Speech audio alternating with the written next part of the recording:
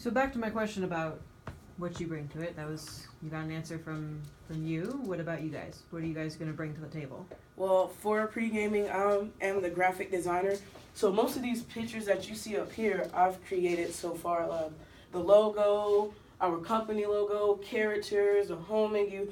So a lot of components of the game, I actually create. And also, I thought it would be nice with some games there is a review and rate section. So I felt as the graphic designer with the players as they review and rate, I will be able to make the game, make software updates, and make it so that it best fits the player. And even down to when we come up with a second game, a sequel to the game, I will be able to, based off of all of the comments that were given, make the game even bigger and better. Is there another game in development? Yes, sir. Yes, sir. That will definitely be.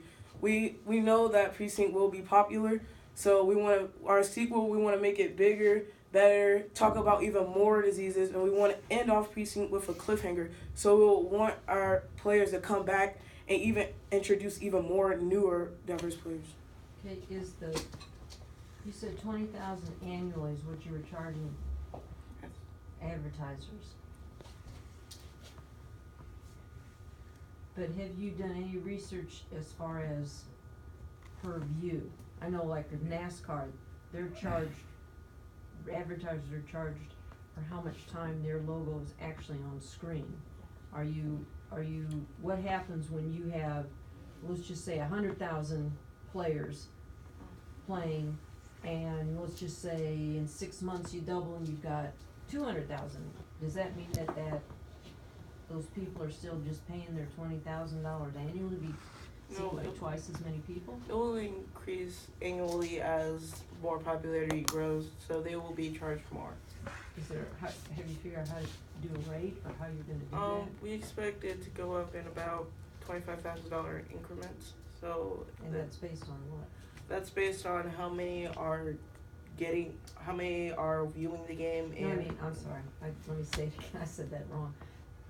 How did you decide on $25,000? We decided on that because we wanted to make sure that for every download that we get, we projected sales in about 5 years. It's about $500,000. So we expect that, including that in-app purchases and the advertisements, that it'll sure happen.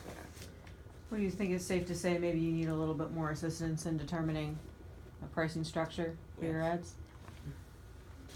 What keeps anybody else from coming out, creating this same type of game and just calling it something different? How do we prevent your competitors, companies that are already pretty well established, how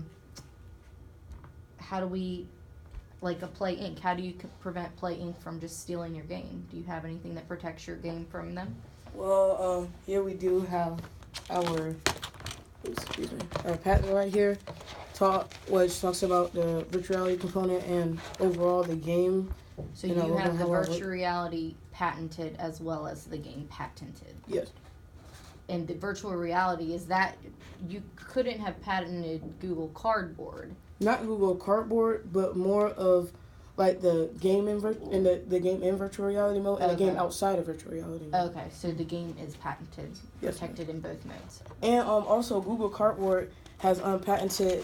They don't have a patent for their design, which means that we are able to use this, but also probably make it better so that we can sell our own pre-gaming virtual reality headsets along with the game.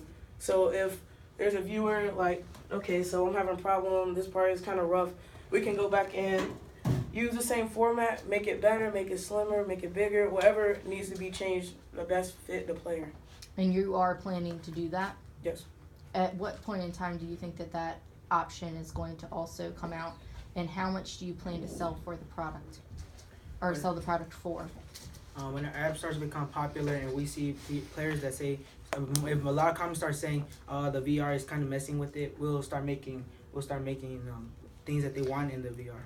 Um, The headset. Is there a price for the VR? Right, but Well, how much is the VR headset? headset gonna cost Well- when you make it? Right now, Google Cardboards is about 15, and since this is going to be our own and mainly based for the game, we thought about raising the price range up to 20 or 25. And you said that you said that you could buy the whole game if you want an ad-free version. How much is that for a download? That'd be $199. Okay, and how many different in-game purchases are there, and what do they cost on average? Well, for in-game purchases, there'll be things such as buying more coins. If you don't feel like earning coins to get another character, buying more characters, other things such as hints for cures, possibly cures themselves, and actually knocking out one of the divisions, which would probably be the biggest one. Mm-hmm. So if it's like a really hard level and you don't know how to deal with it, just buy off that level so you won't have to deal with it no more.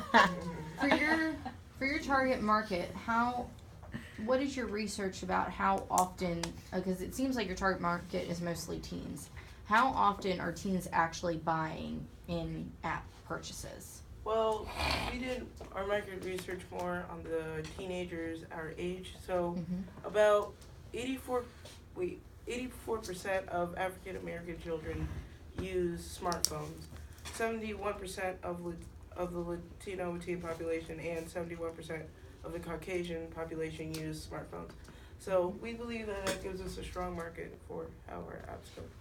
That's true about the market in which the people are going to use it, but what about for the in-app purchases? For that target market, I agree with you that there's people out there who are going to want to do this, but for that target market, how many of those people do you know will actually pay for things within the app?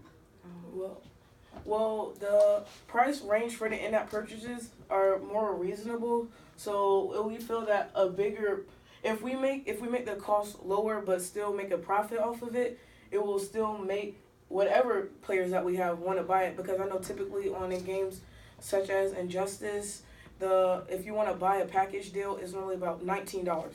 So for ours, probably just buying or unlocking a level will probably not be more than like $1 or 99 cents or even $2.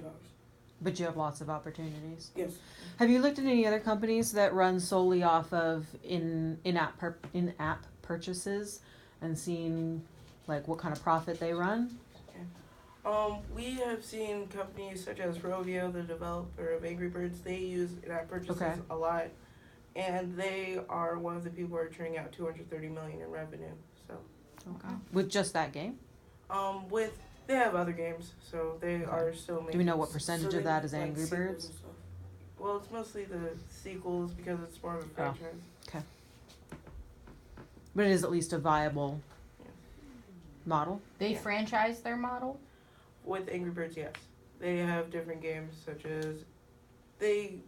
They have merchandise, other games, and I believe they even come out with a movie. Yes. If you guys had enough opportunity, would you be willing to franchise, or would you not want to go that route? Would you want to go to a different route? Well, if we see, I feel like we can all agree, if we see our game gets more popular to the point of like Angry Birds, which was small and got like really big, I think it would be better for the whole business to start doing that because we'll make even more money, and then we can bring in more fans from all over the world, even like in other places that might not have the game. So then using that, we can put the games in other places where we see a fan base starting to, You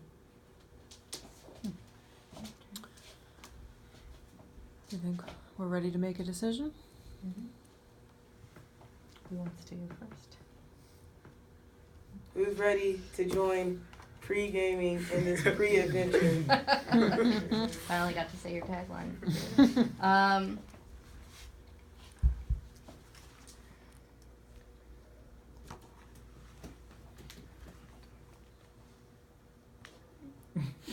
This is Francis.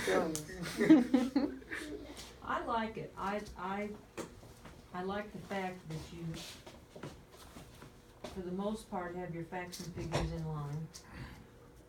That you thought about the different areas, and that you thought about the future. Projected